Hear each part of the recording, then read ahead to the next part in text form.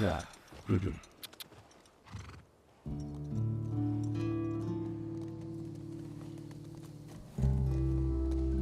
Yo.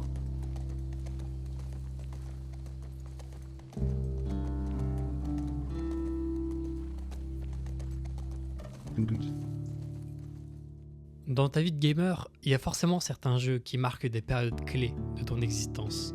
C'est pas juste des moments de divertissement, mais c'est des véritables capsules temporelles. Peut-être que tu te rappelles d'un jeu que tu partageais avec des amis et qui te ramène directement à ton adolescence, à ces soirées inoubliables où chaque partie était une aventure. Ou encore, ces mondes virtuels dans lesquels tu as vécu des épopées uniques à des moments décisifs de ta vie.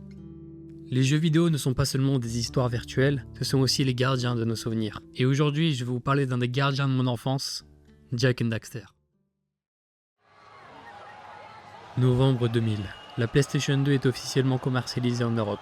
Et le lancement est totalement chaotique. Sony réduit le nombre de consoles disponibles pour doper rapidement la demande et occuper le terrain. Ce ne sont pas les premiers à le faire, mais cette fois-ci, même Sony a été surpris par l'ampleur de la demande. Au Japon, la console se vend à 1 million d'exemplaires la première semaine contre 100 000 pour la PS1. En Grande-Bretagne, la pénurie alimente le marché noir où la console est vendue 2 fois plus cher que son prix de base. On a déjà vu plus organisé comme lancement.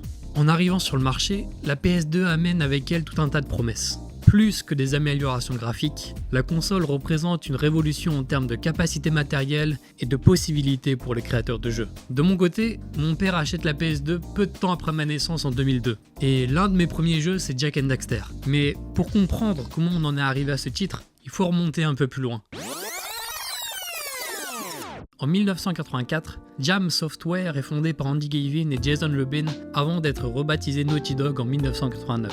Le studio sort des jeux qui n'ont pas énormément de succès et en 1994, le studio signe un accord avec Universal pour 3 jeux. La compagnie s'installe en Californie et prend alors une nouvelle dimension. En 1996, Naughty Dog publie Crash Bandicoot. Le joueur incarne Crash, un marsupial mutant qui doit déjouer les plans du Dr Cortex, un scientifique qui veut dominer le monde. Le gameplay est centré sur des niveaux linéaires remplis d'obstacles, d'ennemis et de caisses à détruire. Le jeu reçoit de super critiques et devient l'un des jeux les plus vendus de la PS1 avec 6 millions d'exemplaires. Le marsupial devient même la mascotte de PlayStation à l'image de Sonic et Mario. Sauf qu'en 96, il y a un autre petit jeu qui sort. Je sais pas si vous le connaissez. Super Mario 64 sort la même année et c'est la folie. C'est la première fois qu'on voit un jeu en 3D avec une telle liberté de mouvement. Les niveaux sont vastes, variés et remplis de secrets. Le système de contrôle est précis et tous les mouvements de Mario sont ultra fluides. C'est du jamais vu. Le jeu a juste établi les bases de tous les jeux de plateforme en 3D des 30 années à venir. Et les gars de chez Naughty Dog, ils voient le jeu venir et ils sont comme tout le monde, ils hallucinent. À ce moment, ils sont sous contrat avec Universal pour encore 2 jeux. Ils sortent Crash 2 et Crash 3, qui sont aussi des très gros succès, et ils sortent aussi un jeu de voiture, Crash Team Racing. À partir de 99, le studio commence alors à développer un nouveau jeu. Après avoir écoulé des millions d'exemplaires de Crash, le pari est risqué. Le studio sait que sa nouvelle licence est attendue au tournant. Mais Naughty Dog, ils ont pas froid aux yeux. Ils veulent faire un jeu qui soit de la même trempe que Super Mario 64. Ils sont hyper ambitieux pour leur nouveau titre, comme le témoigne Evan Wells, le concepteur principal des Dogs. Yeah, so when we sat down and brainstormed after the close of Crash Team Racing and we're looking at the PlayStation 2 hardware, we're like, okay, this world has to be seamless. We don't want any loads. It's got to feel immersive, and we don't want there to ever be a break from the action or a chance for you to say, oh, now's the time for me to put down the controller, I finished that level, you know, and you're just always in the world, it's always on. There's a day and night cycle, so it's always changing and evolving, and you really feel like you're part of that world. So those were, from the very beginning, before we even knew who Jak was, who Daxter was, you know, what the world was going to be like, that was the feeling that we wanted to invoke.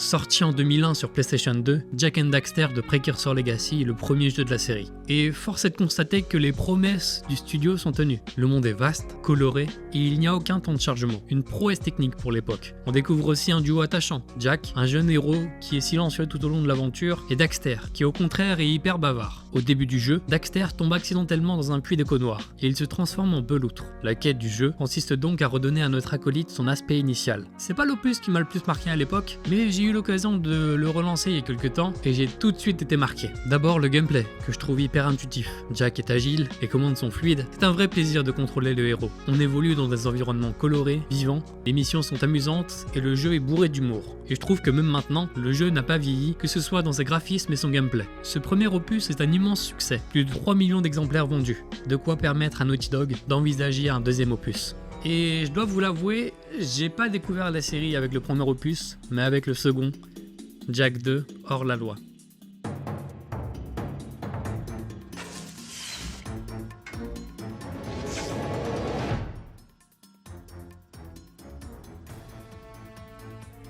Deux ans après, Naughty Dog change complètement d'ambiance. Fini le monde coloré et léger du premier épisode, place à une ambiance plus mature et un ton plus sombre. Grosse nouveauté, le jeu introduit un monde ouvert que le joueur est libre d'explorer. Il faut se rappeler que GTA 3 est sorti 2 ans plus tôt et que ça a été une grosse inspiration pour ce Jak 2. C'est aussi dans cet épisode que le héros prend la parole et on découvre un aspect plus complexe et plus tourmenté de sa personnalité.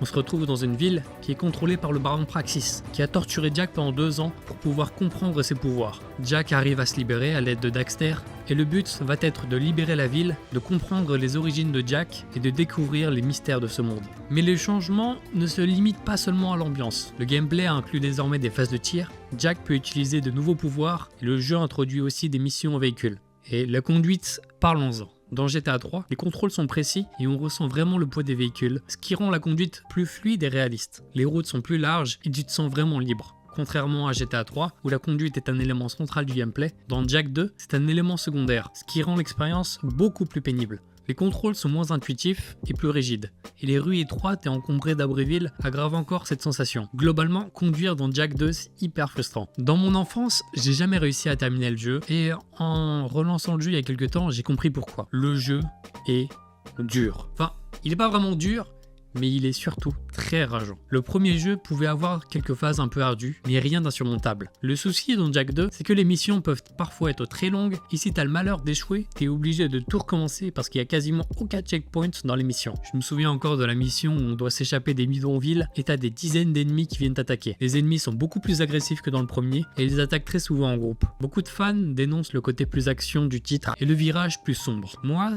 ce que j'apprécie dans le jeu, c'est la variété des missions, l'univers qui est limite dystopique mais que j'apprécie beaucoup. On découvre aussi un Jak plus tourmenté, plus complexe et des nouveaux personnages que j'apprécie. Ce changement radical, s'il a divisé les fans, il a permis à la licence de se renouveler et d'élargir son public. Le jeu se vend moins bien que le premier, mais suffisamment pour que Naughty Dog envisage une suite. Un dernier jeu pour conclure la trilogie. Jak 3. Clairement mon épisode préféré. Dans cet opus, le héros se retrouve banni d'Abbeville et va devoir lutter pour prouver sa valeur, découvrir les secrets de ses pouvoirs et sauver le monde de la destruction. Le jeu reprend les mécaniques du 2 mais il les améliore. On a plus d'armes, plus de pouvoirs, on a l'introduction de nouveaux véhicules, des buggy qui vont nous permettre d'accomplir des missions dans le désert. Ils sont très fun à piloter même s'ils ont parfois une physique un peu étrange. Je trouve que dans ce jeu on a un très bon équilibre entre action, plateforme et exploration. Le jeu est moins difficile que le deuxième, ce qui est appréciable, et je trouve que c'est le jeu qui a le meilleur scénario. On apprend enfin tous les mystères du monde de Jak, on a toutes les réponses à nos questions. Et on a tous en tête un film, un jeu, qui est excellent mais qui a une mauvaise fin. De mon côté, j'ai pas vraiment de série en tête comme ça. Je trouve que dans Jak 3, les développeurs ont réussi à apporter une conclusion satisfaisante à la série, et je pense que le jeu a permis au studio de franchir un cap en termes de narration. Le jeu s'est malheureusement moins bien vendu que les 2 premiers, mais pour moi ça reste un jeu culte.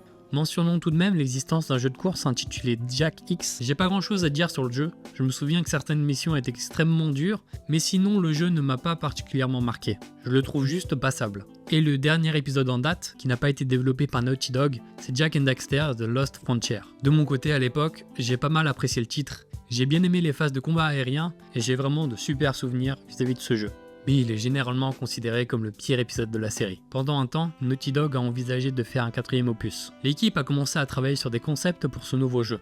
Ils voulaient faire un jeu plus réaliste, mais cette version ne coïncidait pas avec la direction artistique qui avait popularisé la série. Le développement du jeu a tout simplement été annulé. Avec le temps, il y a eu de nombreuses rumeurs, mais aucune annonce officielle de la part de Naughty Dog. L'espoir subsiste tout de même dans le cœur de certains fans pour une suite ou un remake de la série qu'ils ont tant appréciée. Jak and Daxter, c'est le genre de jeu qui te ramène directement à l'enfance.